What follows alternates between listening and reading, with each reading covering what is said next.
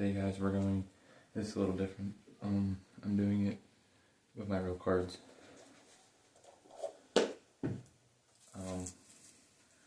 I'm just going to be going over, today this is the second part of the Misturugi Azamina Fiendsmith video.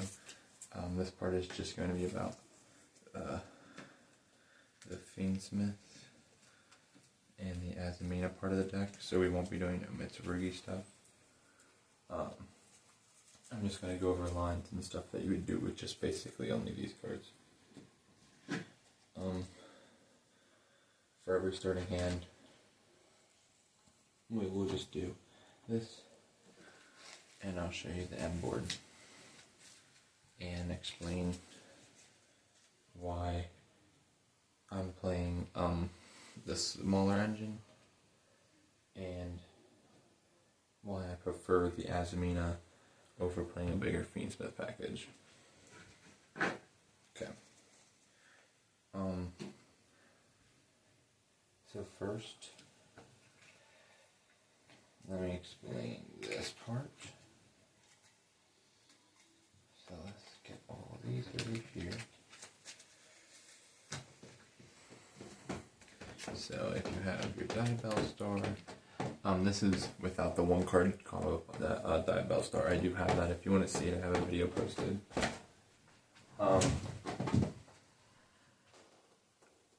This right here is just going to be a combo.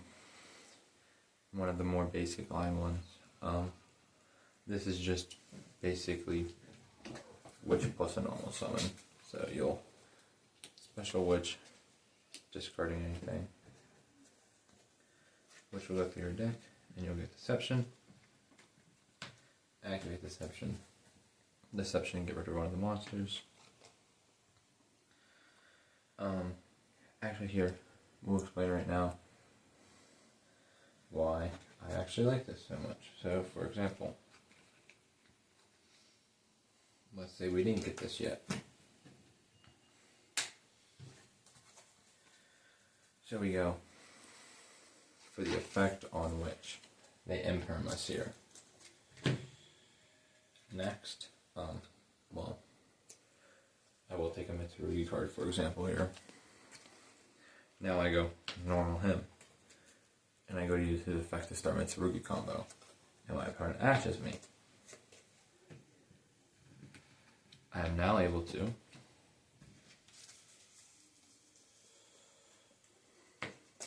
after 2 interruptions, still go in the full Fiendsmith. So that's kind of why I like Azamina a little bit more, and I play a smaller Fiendsmith package, is just because I think them hitting Diabell Star isn't really that awful, because they're kind of only using it to make an Omni negate anyways, so.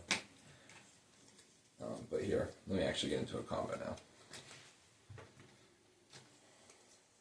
So, Witch, discard, Deception, activate Deception, Deception effect, card the Hall at Azamina. How the Azamina stuff works is this card can fusion summon for every 4 levels, rounded down. So 2.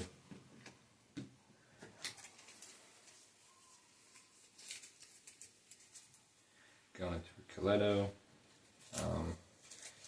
Its effect will go through, and then basically all it's going to do is search you another wanted. Here, I should just keep the hand here. So this is what's in hand.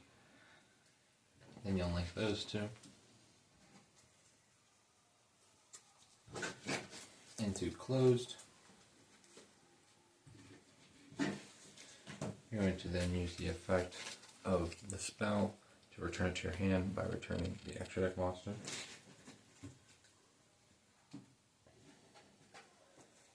And then before you link off your moon, you're then going to be able to activate the Hall at Azamina, and then if you haven't activated one yet, you'll be able to chain 1 into it. And that will allow you to search your deck for another Diabell Star. And special your Omni. And then if you special your Omni, you can link it off into Requiem,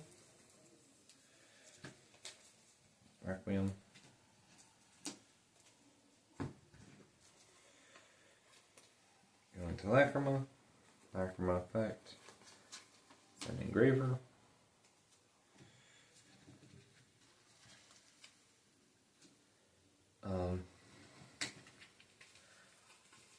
Activate engraver.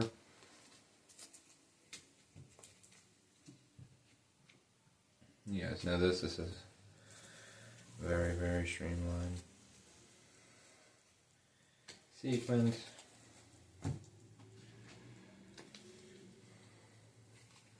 And then shuffle, shuffle.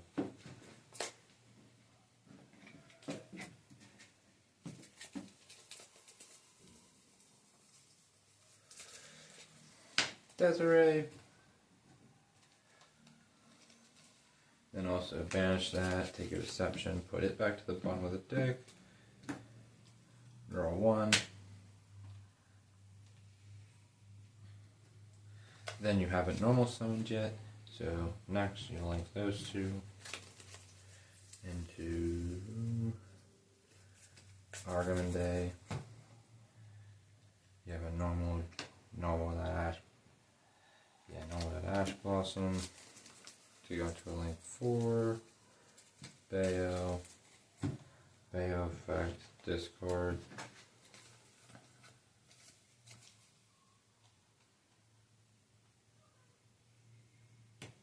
Oh, I'm sorry guys. That is, no, this is the right way to do it. Nope, this is the right way to do it. Right?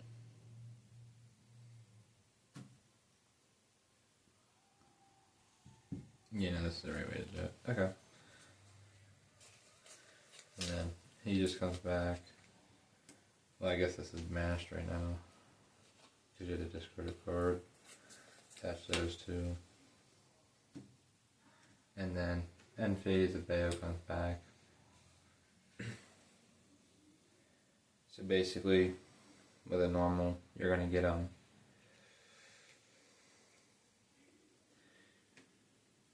you're going to get Omni, Pop, or Reborn. There's nothing really in here to Reborn. Or during your turn, you know, this is why I like a Bayo. During your turn, if they, for example, like impermanence, you don't have to negate it, just let it go through. And then during your turn, you can Bayo to banish this. And then Dai Bellstar actually has an effect that whenever she's sent during your opponent's turn, she can special herself. And then you can use her effect to bring her back, and since you didn't actually use the Omni, her thing will still be live. And then Dai Bellstar's effect, and she can actually, well, you wouldn't want to set that, you'd want to set Wanted. So then you'll have follow-up for the next turn. That's kind of cool, what I like with that one. I want to show another honorary package in here. I don't have it in here because I think Mitsurugi can do enough, but to not show it off with this package would not feel right. So basically, we're going to go through the same line of play.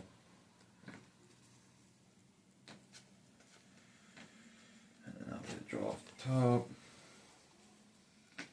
So same line of play pretty much every time.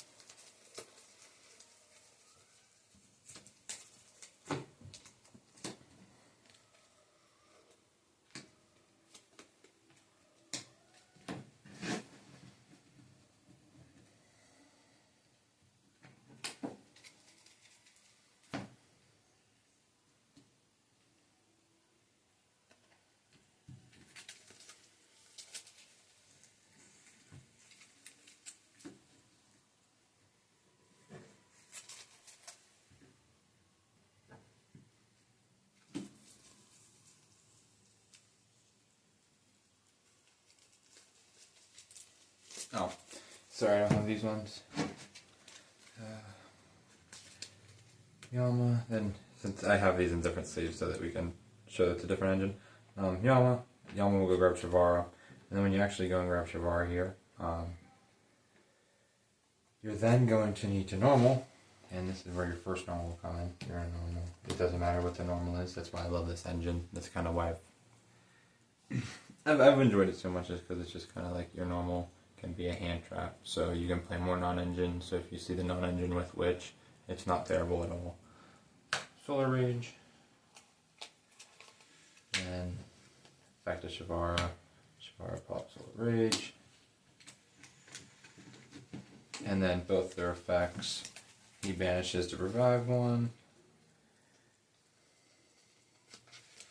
Revive back Lacrima. Solar Rage's effect, add one to hand. So here you could do tracked Lurry. I do own a track and a Lurry. I actually own a track and a QCO Lurry, but I don't like track, so I don't really play it. I know that sounds wild, but since I'm using it as like a sub-engine in a deck, I think the fact of searching a late Fiend, I understand that Lurry's full combo and everything, but I just think what Witch and stuff can provide, with Witch already being a free body in any normal summon, with it being Mitsurugi, all of them being one cards and needing to be stopped. If a gets hit, being able to link into it kind of like as if it was Verte, to go into like a Dragoon is how I look at it. That's why I like Witch over this engine, because you know, you kind of just, if I start with the Fiendsmith stuff and you hit the Fiendsmith stuff, I won't be able to get that Omni. But anyways, here then you can just Engraver effect, go over Paradise, link those two, effect go off. This is the trap card.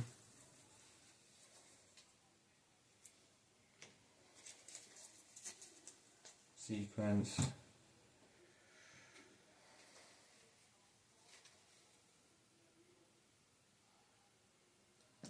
Shuffle those, shuffle that.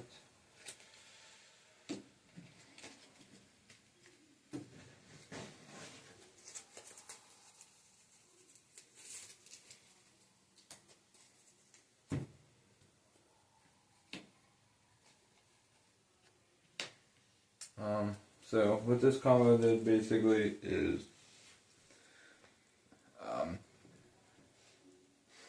I like this specifically for kind of like this, like with Silva, Desiree, and if you're playing this engine, you're going to be able to kind of like, let me explain. Okay, so you're going to be able to use the Omni Negate, which clears Silva anyways. So whenever you, now your Paradise will kind of feel free to use, because you're not going to need to like use it on anything.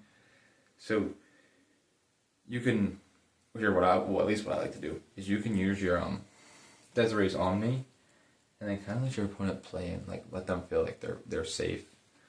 Paradise their board, and then you're going to be able to then go into the Abominable. See, and then like if they extend, like on their first extender, they're going to Abominable, go into Rage, whatever they use that in Rage to go into that IP, and then whenever your opponent goes to do something else, you now have IP to then go into Desiree, and IP and Desiree to then go into SP to get a banish, and then Desiree's effect can shuffle backs to get us sent to the grave. So it kind of makes the Paradise feel a little better to use, because I do think that effect's pretty strong. But I think those are pretty good board there. That's with this package though, which I think if you're playing, like, you could put this in a Mitsurugi version. I just don't want to put any more bricks, really, and the ED's kind of tight, and I'd rather have the ED room for the one card combo for Witch, because it does come up.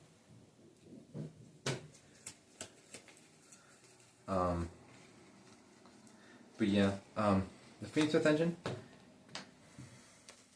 You don't have to get over crazy anything with it. Let me explain it a little bit more. So already, you're playing one of each. As I said, Paradise isn't a bad card at all. Both of its effects are good. Lacrima isn't bad to see going first. You know, if you going first, you can if you open her. Normal Lacrima and Paradise is like actually a pretty decent board breaker. Just because they kind of have to stop that, and if they don't, they send Paradise, which then will allow you to do this. And that's what I'm telling you. You only need 3 cards. You don't need all that extra junk. Particularly go into Requiem. So then, you know, immediately you're forcing it. Like, hey, you know, if you don't hit this, Engraver's coming. So then you can just immediately boom. Send the grave. You immediately send a card to their grave. They special anything, you still have another send a grave. And that was just off a normal Lacrima. Because you're playing one of each and you know you so-called bricked on it. Also another thing, why also you don't need to play Tractillary. If you're going first, this is really strong. You just go Engraver and then search Paradise and then whatever other stuff you have in your hand. Because later in the combo line then whenever you go into your Requiem and you into Tears, like, yeah, that card's not gonna be able to send anything, but like, that's not really the point. You know, you literally only want it to do this one extra thing, so you don't need it to do more. And what was it gonna do? Send Paradise anyways? Now you have the board wipe effect of it, so, and you'll have the other effect if you really need it.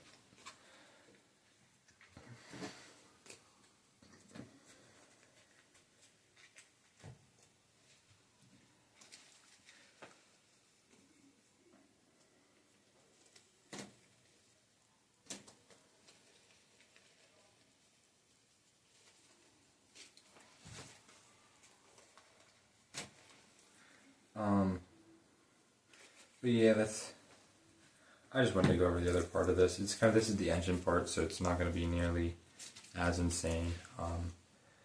It doesn't really need to be. I mean, I can also show you some things going second. What's kind of cool with Azamina, like if you're going second, you do your normal line. You know, you're tributing, getting all that stuff. So what you can do here is you can go into her, and this is normal, you know, your opponent's like, I don't care.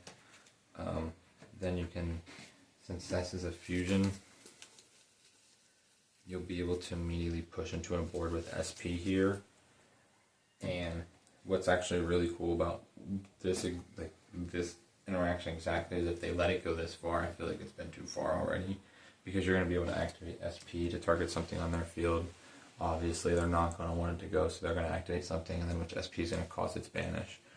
Which then, in return, you just activate this, bring this back to hand, and then activate those two. And you can Omni. So then, before you've even committed anything to your normal summon, you now have, you know, try to banish one of the cards on the field, then get the SP banished out. And you have an Omni now to start your turn, which, going second, that's pretty good. And then on top of that, you also have a draw to push through plays, which is nice.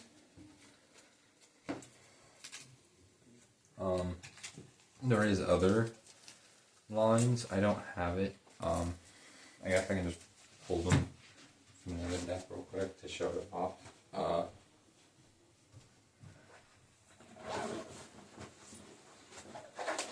So this is a kind of a funnier line you can do, which, you know, Deception, you tribute, Hollowed. We know all this stuff already. Her effect, go at this. Now when you're going to link these two off, you're actually going to now link those two off into your cross sheet. I know. And then you'll do this effect, add this back. And then when you're going to fuse off this time, you're going to go into your Omni. And then this is, I guess this actually does matter a little bit. The card that you discarded or went to the graveyard does need to be a level 4 or lower. And then you'll need another normal summon. So then the level 4 or lower you discarded. Oh, that's right, I just pulled the other deck. You can then link Cross Sheep and then whatever that random card was into Unicorn to get a spin. Then normal whatever card you need. To then go into Access Code. And you'll be able to make him get some pops. Just board breaking, stuff like that. It's not, the most insane thing, but it was just a cool line I thought I should mention.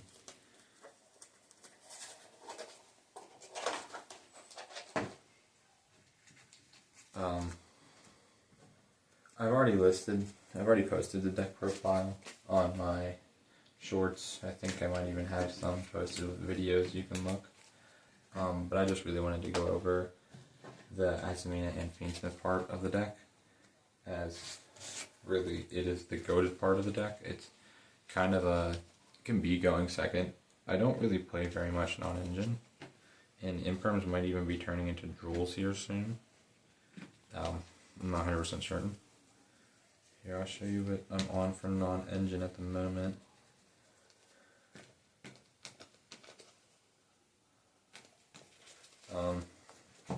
The idea is imperm is like, you see duo drive, you hit it.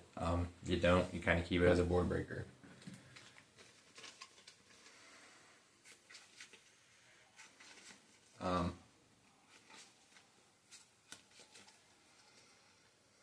I hate mulch armies.